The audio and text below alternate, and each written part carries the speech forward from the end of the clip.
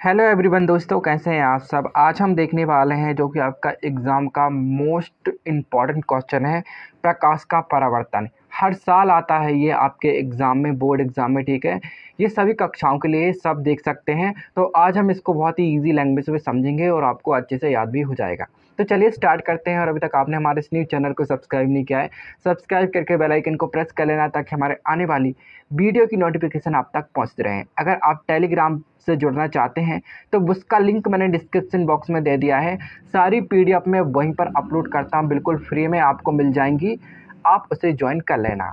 तो चलिए देखते हैं प्रकाश का परावर्तन होता क्या है।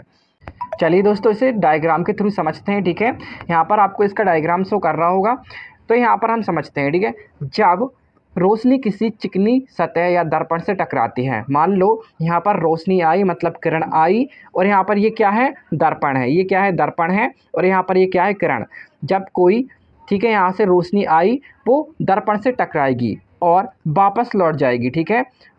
यहाँ पर आप समझ गए होंगे, ठीक है। यहाँ पर कहने का मतलब है लाइट आई, दर्पण से टकराई और वापस आ गई, यहाँ पर वापस आ गई, ठीक है। जब रोशनी किसी चिकनी सतह से टकराती है, ये यहाँ पर किरण, जब कोई किरण चिकनी सतह से टकराती है और वापस लौट जाती है, तो इसे क्या कहते हैं, प्रकाश का परावर्तन कहते हैं, ठीक है। इस टाइप से आप समझ सकते हैं, बहुत ही इजी है, ठीक है। आप इसे समझ जाएंगे, अगर आप इसके डायग्राम को समझ जाएंगे तो समझ लीजिए आप एग्ज़ाम में पूरा लिखाएंगे, ठीक है। तो यहाँ पर बहुत ही इजी टॉपिक है ये, बस इसे समझने की ज़रूरत है और आपको एग्ज़ाम में डायग्राम ड्रॉ करके ज़रूर आना है दोस्तों, ठीक है।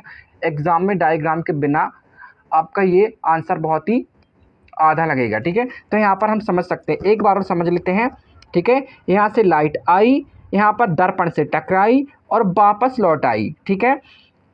यहाँ से लाइट आई, यहाँ से ये दर्पण से टकराई और वापस लौट आई, उसी माध्यम में क्या हुआ, वापस लौट आई। तो इसे ही क्या कहते हैं, इस घटना को ही परावर्तन कहते हैं, ठीक है। इसे ही क्या कहते हैं, प्रकाश का परावर्तन कहते हैं। तो यहाँ पर आप समझ गए होंगे, मैं आपको एक बार और समझा देता हूँ, ठीक है।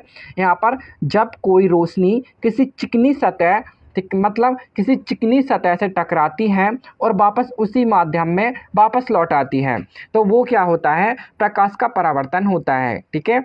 यहाँ से लाइट आई और यहाँ पर दर्पण से टकराई और वापस लौट गई, ठीक है। तो इसे ही क्या कहते हैं, प्रकाश का परावर्तन कहते हैं। इस टाइप से ही हम समझ सकते हैं कि प्रकाश का परावर्तन होता क्या है, ठीक है। तो यहाँ पर चलिए हम इसकी डेफिनेशन और देख लेते हैं। यहाँ पर आप देख सकते हैं, यहाँ पर इसकी परिभाषा आप इस टाइप से लिख के आ सकते हैं। जब प्रकाश की किरण किसी दर्पण या वस्तु से टकराकर अपने माध्यम में वापस लौट जाती है, जैसे कि मैंने आपको बताया था, ठीक है। यहाँ पर हम और देख लेते हैं, ठीक है। जब कोई प्रकाश की किरण, ठीक है, जब कोई प्रकाश की किरण, ये क्या है, प्रकाश की किरण है, किसी दर्पण या वस्तु से टकराकर अपने माध्यम में वापस लौट जाती है। किसी दर्पण, यहाँ पर ये क्या कर रही है, प्रकाश किरण किसी दर्पण या वस्तु से टकराकर वापस उसी माध्यम में लौट जाती है, तो इसे ही क्या कहते हैं, प्रकाश का परावर्तन कहते हैं। इस टाइप से आप समझ सकते हैं, ठीक है। तो यहाँ पर हम अब इसमें देख लेते हैं, ठीक है। परावर्तन के नियम क्या होते हैं, ठीक है। आपतन कोण का मान, आपतन कोण का मान सदैव परावर्तन कोण के बराबर होता है, ठीक है।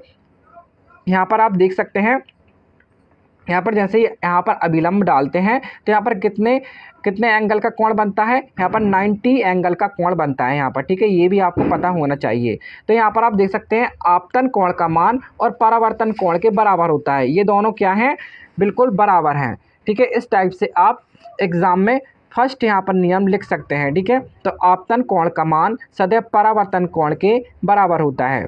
अब इसका दूसरा नियम देख लेते हैं। आपतित किरण, परावर्तित किरण, अभिलंब तीनों एक ही तल में स्थित होते हैं, मतलब ये अभिलंब तीनों एक ही समतल में स्थित होते हैं। यहाँ पर आप देख सकते हैं, ठीक है। यहाँ पर आप देख सकते हैं आपतित किरण, ठीक है, आपतित किरण, परावर्तित किरण तथा अभिलंब। यहाँ पर आपतित किरण ये है, परावर्तित किरण ये है और अभिलंब यहाँ पर बीच में डाला गया है, ये है, ठीक है। ये तीनों क्या होते हैं, एक ही तल में स्थित होते हैं, मतलब एक ही समतल में तीनों स्थित होते हैं। इस टाइप से आप समझ सकते हैं कि यहाँ पर ये आपतित किरण, परावर्तित किरण और अभिलंब, ये तीनों आपको एक जैसे दिख रहे हैं, ठीक है। तो ये क्या होते हैं, ये तीनों एक ही समतल में स्थित होते हैं। तो ये ही क्या होते हैं, परावर्तन के नियम होते हैं। इस टाइप से आप समझ सकते हैं। ठीक है, यहाँ पर आप समझ गए होंगे कि यहाँ पर प्रकाश का परावर्तन होता क्या है। ठीक है, आपको डायग्राम भी एग्जाम में अच्छे से ड्रॉ करके आना है। ठीक है, डायग्राम के बिना आपका आंसर बहुत ही आधा लगेगा। अगर आप डायग्राम को ड्रॉ करके आते हैं और अगर आप डायग्राम को अच्छे से याद कर लेते हैं तो आप पूरा आंसर क्लियरली लिख सकते हैं। ठीक है, अपने एग्जाम में। तो इस टाइप से क्या होता है, प्रकाश का परावर्तन होता है। आप समझ गए होंगे। ठीक है, यहाँ पर मैंने आपको सारा कुछ यहाँ पर बता दिया है। ठीक है, प्रकाश का परावर्तन होता क्या है और इसके हमने आज नियम भी देखे हैं, तो आप इसे अच्छे से समझ गए होंगे। और आप अगर इसकी पीडीएफ चाहते हो तो मैं टेलीग्राम पर लिंक इसका पीडीएफ पर डाल दूंगा। ठीक है, आप देख लेना। वीडियो कैसा लगा, चैनल को सब्सक्राइब जरूर करना और दोस्तों में अपने दोस्तों में ये वीडियो ज़्यादा से ज़्यादा शेयर करना। Thanks for watching my video.